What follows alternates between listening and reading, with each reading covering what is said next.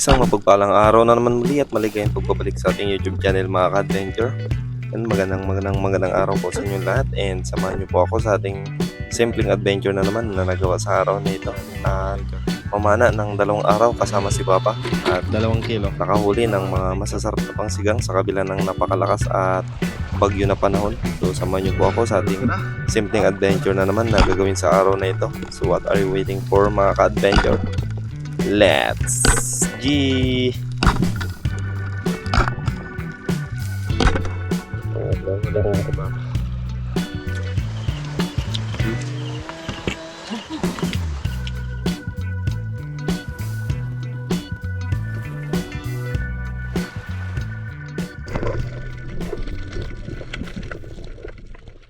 So isang maaliwalas, mapayapa at medyo makulimlim na umaga sa ating lahat mga ka-adventure.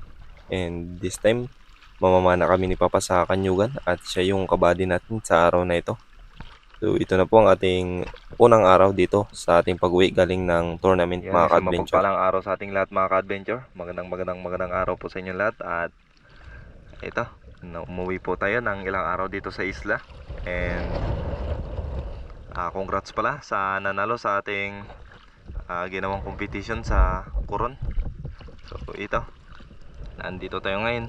Mamamana na naman mga ka-adventure, pero masama ang panahon dahil may bagyo. Dalawa pala kami ni Papa ngayon mga ka-adventure. Mamamana today. Maghanap tayo ng pangsabaw sa araw na ito. At dito pa rin tayo sa Kanyugan, saan na last dive natin dito ay nakakita tayo ng tangigi. Napana din natin, kaya lang hindi pa siguro kaloob para sa atin. So ayan, malapit na tayo. And sana may kaloob sa araw na ito.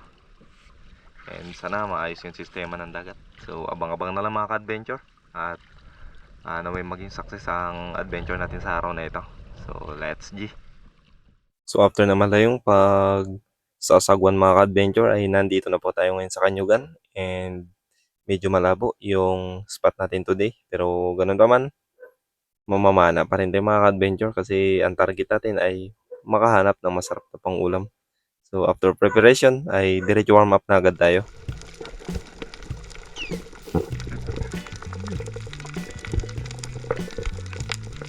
So once again mga ka-adventure, gusto ko lang po magpasalamat sa inyo lahat sa patuloy na suporta at laging panonood sa ating mga simpleng adventure na ginagawa. At maraming salamat po, lalong-lalo na sa ating mga OFW dyan ay lubos po ako nagpapasalamat. At sa mga silent viewers natin dyan, sa mga solid. So finally, malapit na po tayo mag 9,000 subscriber and still counting. At sa mga hindi pa nag-skip ng ads dyan ay maraming salamat po.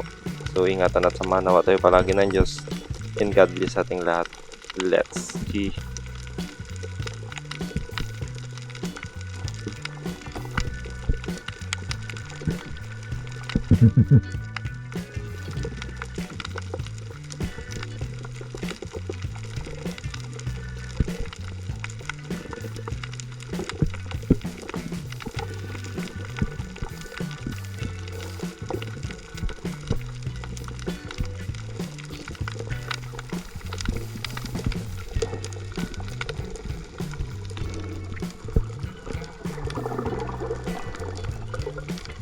At pagkatapos warm up mga ka-adventure, diretso agad tayo dito sa malalim na parte at dito naman tayo mag-aambush sa dati nating inaambushan. And dito naman tayo magbaka sakali na mag-abang kung meron bang dadaan na malaking isda dito sa napakaraming bait fish na ito mga ka-adventure. Ang ganda sana ng bahuran nito, kaya lang hindi natatawanan na bawat punta natin dito ay nakakadaan tayo ng malalaki. Pero this time, tignan natin kung ano yung pwedeng mahuli natin dito sa spot na ito.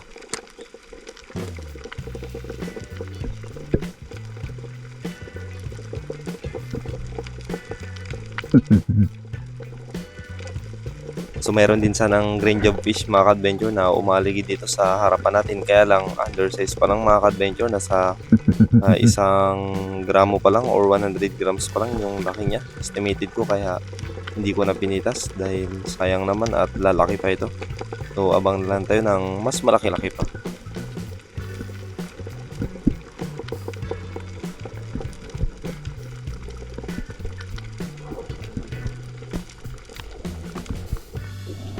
At pagkatapos natin makapag-attempt ng dalawang ambush sa area na yun mga ka-adventure kung saan maraming bait fish, ay umalis na po ako at dito naghanap tayo ng panibagong target. At sa pagkakataong ito mga ka-adventure ay lapu-lapu ang unang naging target natin. At ayun, salamat sa Diyos dahil tinamaan at ito na po ang ating unang isda na nahuli sa araw na ito.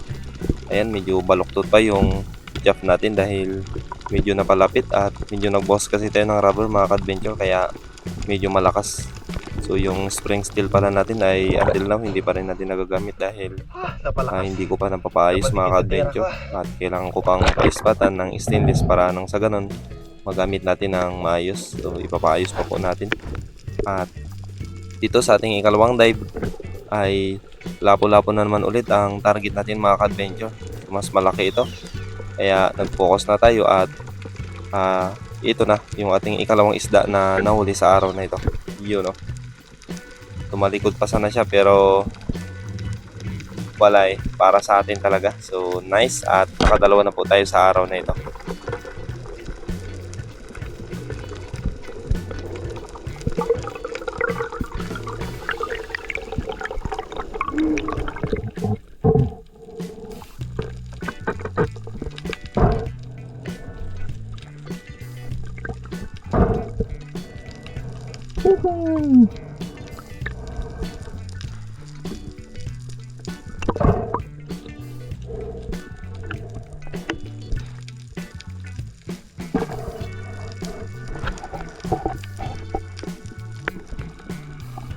At pagkatapos nating ma-recover yung isda mga ka-adventure ay ito, pinuntahan ko si Papa at nakita ko dito siya naghahan sa medyo may kalaliman na ito mga ka-adventure.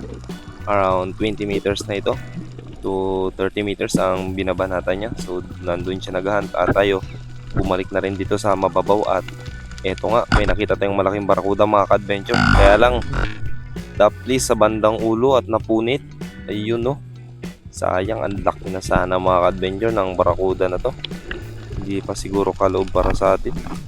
Ayun, kinabahan din ako at huminto sa unahan at nag-iba yung kulay niya kaya nagpalayo na ako. At tapos nagsagawa ng panibagong ambush dito mga ka-adventure. And hindi naman tayo nabigo dahil meron tayong natira sa ambush natin na ito.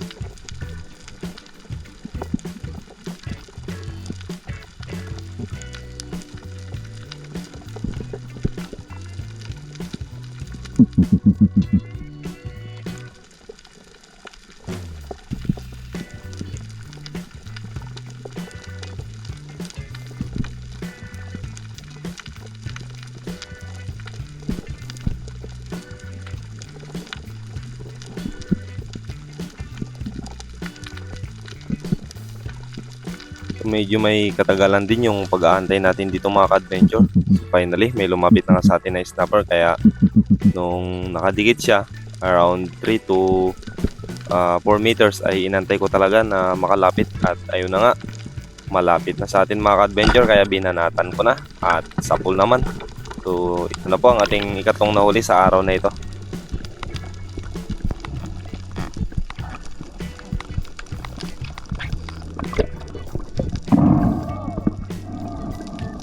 So shoutout po kay Ma'am May Austik na nag-sponsor sa atin ng pana kay ate na nagbigay sa atin ng bagong makina at kay Ma'am din na nagbigay sa atin ng diving knife at syempre sa bagong suit. And shoutout po kay ate na gamit-gamit natin ngayon. So maraming salamat po sa inyong lahat at naway ingatan at samahan tayo palagi ng Diyos sa lahat ng inyong mga ginagawa at sa lahat ng ating ginagawa. At pagkatapos natin mahuli ang snapper mga ka-adventure ay nakahuli rin pala tayo ng indong or eel. So ang laki na nito mga ka-adventure, nasa 3 kiluhin. At pagkatapos niyan ay dito lumipat tayo ng panibagong area at nakakita tayo ng lapu-lapu dito mga ka-adventure. So, malaki na rin sana ito. Nag-drop lang ako around 13 meters at linapitan natin itong lapu-lapu na ito. Malaki na rin sana talaga ito kaya lang di siguro para sa atin. So yun, nung nakadikit na ako medyo mailap siya at busog na kaya Siguro isip-isip niya boundary na ako dito. Kaya tumalikod na. At nung pagkalabit natin ay hindi na natin tinamaan mga ka-adventure. Sayang, ito po ang ating unang sablay sa araw na ito. Sumubon tayo at proceed dito sa bayan ng Ilak mga ka-adventure. So matagal-tagal na rin natin hindi napapanaan ang area na ito at pagbisita natin dito ay may nakita tayong grupo ng Ilak. At eto na nga, nakapitas tayo mga ka-adventure. Malaki-laki din ito at solve ng ating pang-ihaw sa ilak na ito. So nice at nakadagdag pa tayo. So ito na po ang ating pang-apat na nahuli sa araw na ito.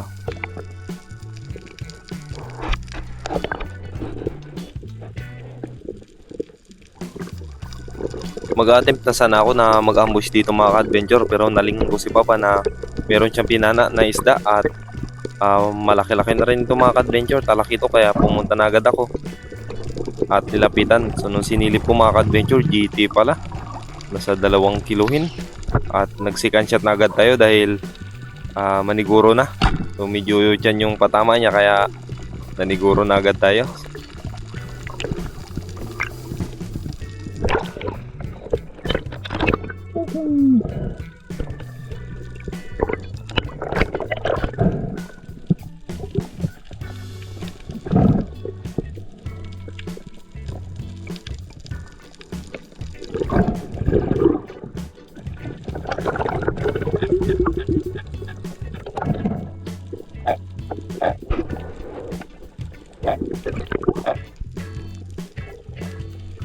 At habang papalapit na kami sa bahay mga ka-adventure, ito, may nakita tayo ng napakaraming putian mga ka-adventure or big eye trevally ang tawag po dito. Iyan o, grabe, sobrang dami talaga nito mga ka-adventure, tulinada na.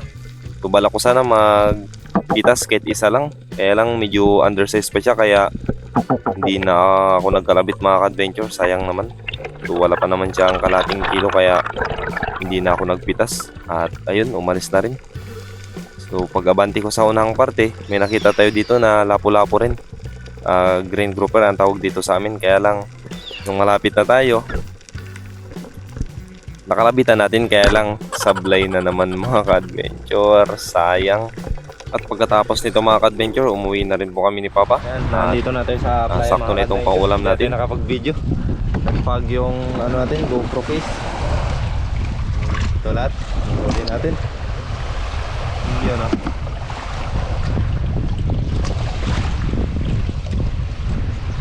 Sayang yung lapo-lapo na oversize, hindi man na natin nakuha.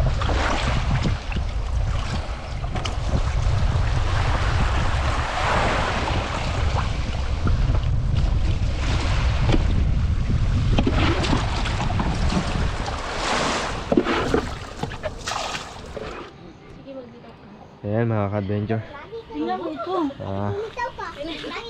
Ito lahat yung huli namin ni Papa.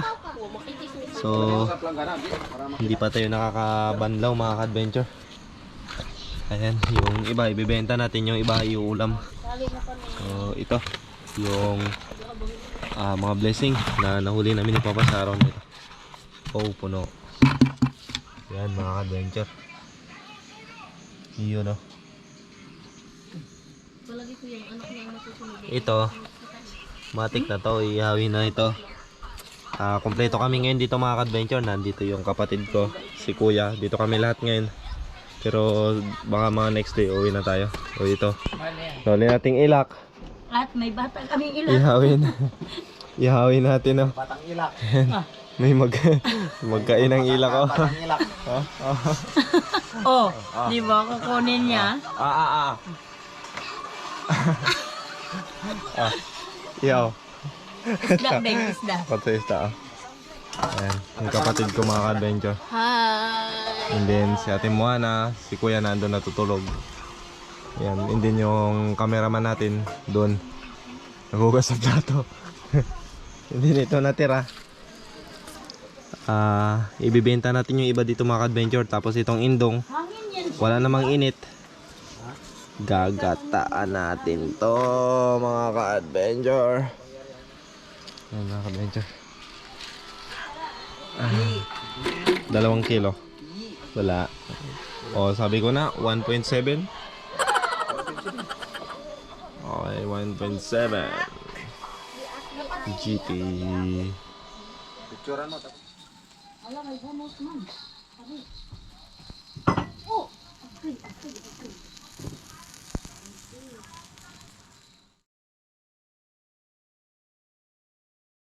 At kinabukasan mga ka-adventure ay namana pa kami ulit ni Papa at dito na kami sa harapan at naglakad lang kami papunta doon sa dulo pero medyo masama na talaga yung panahon sa pagkakataong ito mga ka-adventure kaya pinilit pa rin namin at maghanap lang kami ng masabawan. So meron naman tayong pang-ulam na naipahiwalay para dadalhin kinabukasan pa ko ron. At ang target natin sa araw na ito ay pang-ulam ng mga ka-adventure at kung may masubra man ay i-ayos pa rin natin, dadalhin natin pang ulam para doon. So, after namin makapag-prepare ay diretso na agad tayo sa kantuan mga ka-adventure. At tandaan ko pala itong mga bunga ng lusay kung tawagin sa amin. So, ang lusay nito mga ka-adventure ay nakakain. Yung bunga niya kapag maliliit pa siya masyado ay matamis yung lasa nito. At pwede mo itong kainin. Kahit malalaki naman siya, pwede kainin.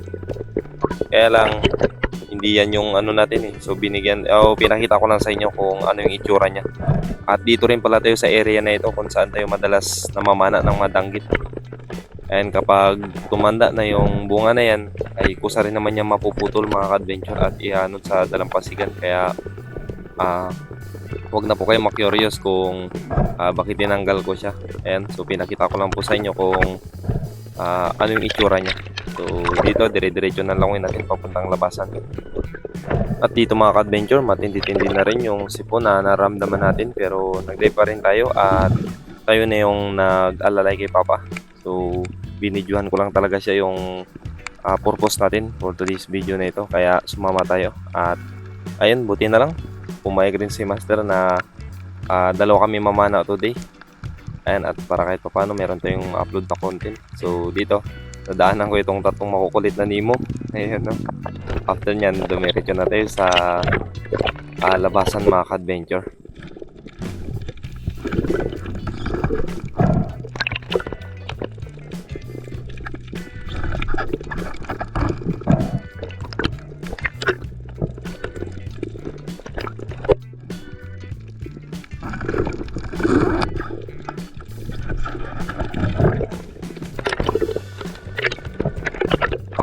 At pagkatapos natin mag-load ng Panama Adventure ay may unang target sana tayo. Mga samaral kaya lang parang bala mga adventure hindi natin naabutan. Sobrang bibilis. At medyo malikot na rin tong dagat dahil ang lalaki na ng alon mga adventure.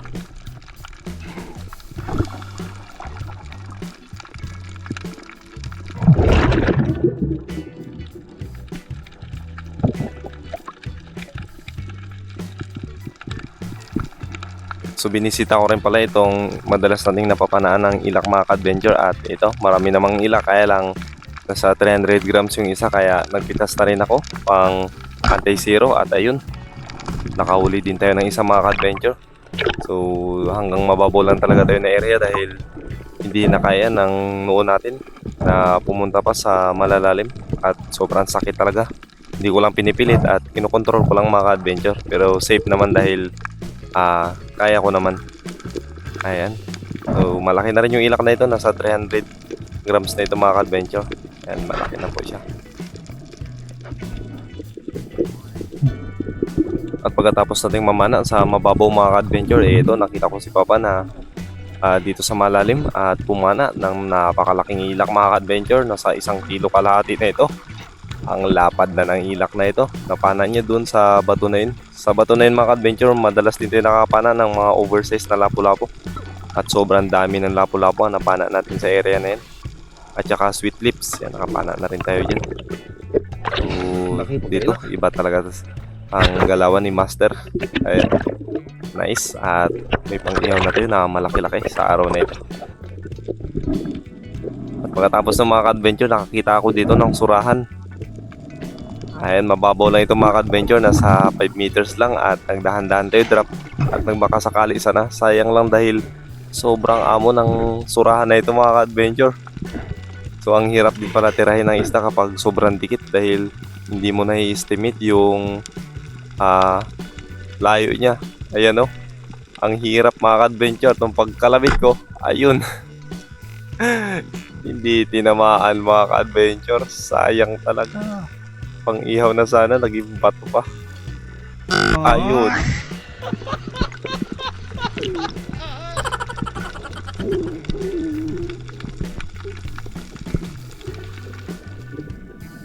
At pagkatapos nun mga ka-adventure, pumunta na rin po ako kay Papa at dito. Nag-alalay na lang ako sa kanya. At tayo na lang yung pinaka kasama niya talaga. So malalim na itong area na itong mga ka-adventure. Hindi na rin biro itong sinisisid niya. At pumana siya dito ng snapper. Ayan. Bigay snapper pa yata ang pinana niya dito mga ka-adventure kung hindi ako nagkakamali. Ayan, ang laki na rin. At goods na rin pang sigang to mga ka-adventure. Hindi ko na po siya pinag-second shot dahil good holding shot naman ang pagkapatama niya sa isdang ito. Ayun, no. Malaki-laki na rin. So nice at nakadagdag pa kami.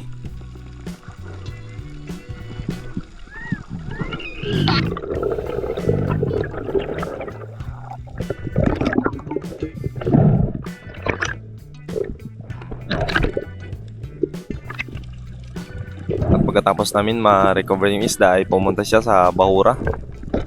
And dito rin po pala tayo nakapana dati ng kauna-unang red bass natin mga ka-adventure. Dito tayo naka-unlock sa Bahura na yan.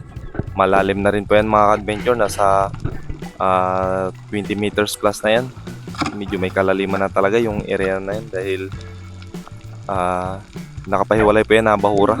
Ayun, pumana siya ng malaki-laking lapo mga ka-adventure. Red sono na po yan yung napana niya na yan. Ayun, at syempre dahil alalay lang tayo ng panday tamang kuha lang ng pana niya mga ka-adventure at nirecover niya na rin diretso. Yun, no.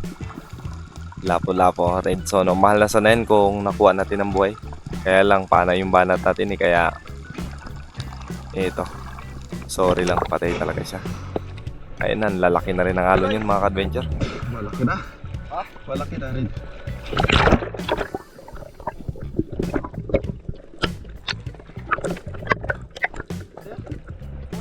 Red Sono.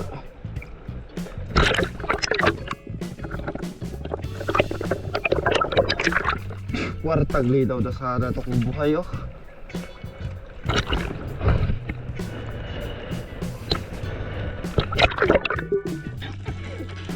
At ang huling isda na nahuli namin sa araw nito mga ka-adventure ay ilak. So pinasok ni Papa yung bato na yan at pinana yung ilak mga ka-adventure. Madalas ko na rin nakikita yung ilak na yan, hindi ko lang natitira dahil natatakot din ako na baka pasok yung shop natin sa loob. At ito nga, tinira na ni Papa.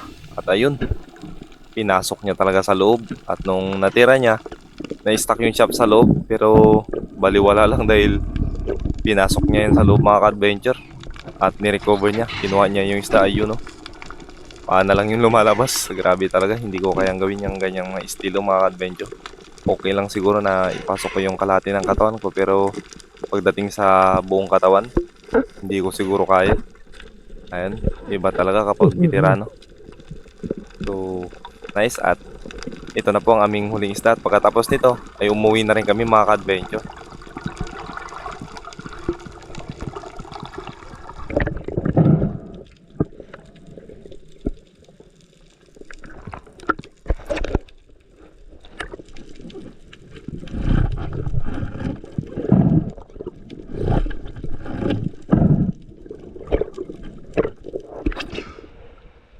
Ay, salamat sa Diyos.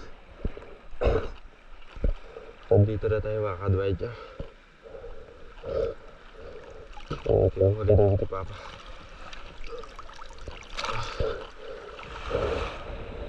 Pagod. Grabe. Tayo, di kami nag-dive. Nakaway kami nag-2. 11, 12. 4 na oras.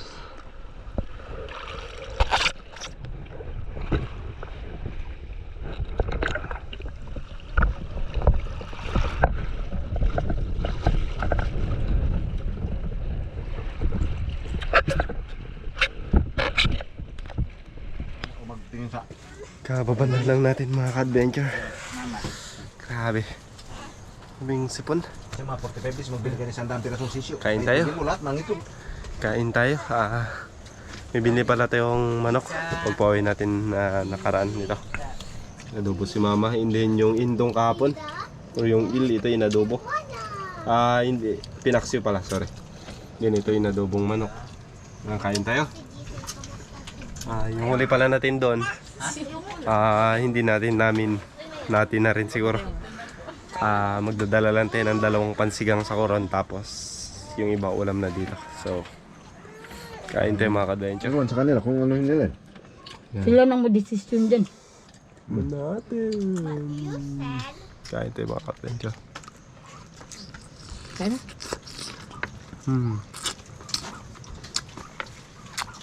Pasilip-silip ang ulo niya sa bato. Buta lang ko pa. Sabi. Baka ako walang laman yun. Hindi ko nakakaya mo pa rin.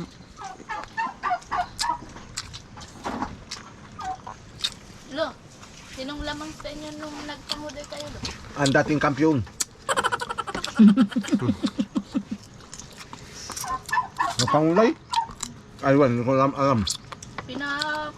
Pinapili ka sa committee ko. Hmm. Sino daw ang pinakaray ng Ba! Aywan. Hindi ko man yun nabilang ang huli ko. Hali ka dito. Marami kayo. Bakit sila magukal? Ito magukal. Ito mardi, tas lukon.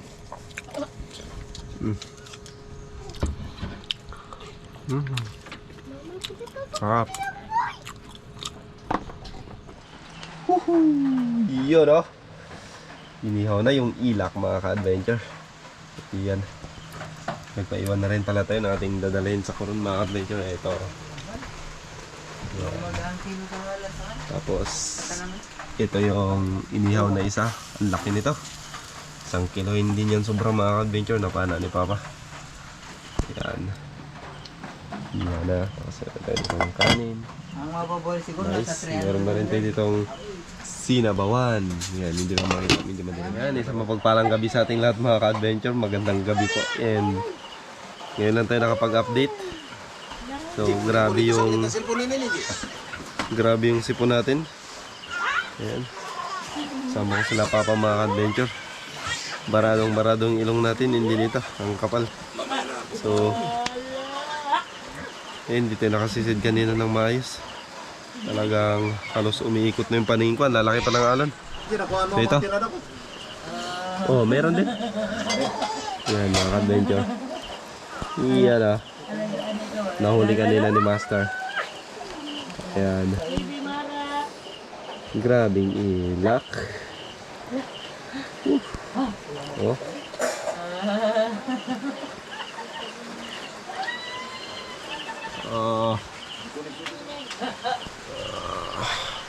Tikman natin mga ka-adventure.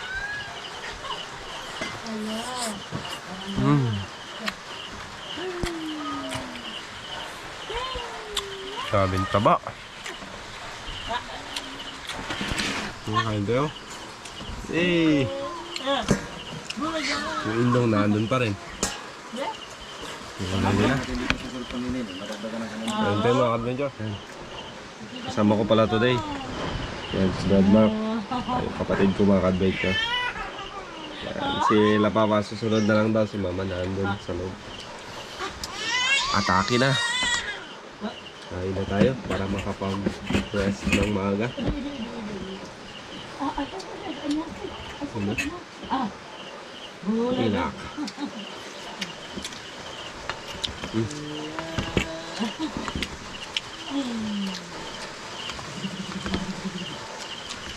Bukas pala ito gamit mo? Bukas? Ayan pala mga adventure, may sabaw at inihaw. Yung sinabawan pala na late. Yung sabaw pala dito si Katungol. Siya yung nagluto. In fairness mga adventure, oh, grabe yung taba. Hindi nakapicture. Malunggay, sinigang. Luka na dito. Sinigang. Sarap. Huwag ka mga ito. Grabe yung sarap talaga maghigop ng sabaw kapag ganito yung panahon. Ay mga adventure. Aray. Quality.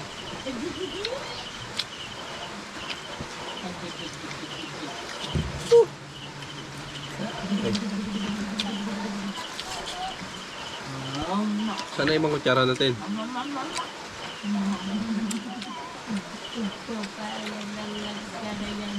Yeah.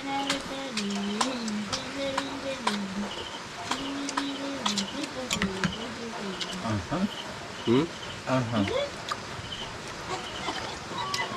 Parang na ba? Clap your hands, clap your hands. Yes, open, yes, open. Nagbuha-buha ka sa usok ka.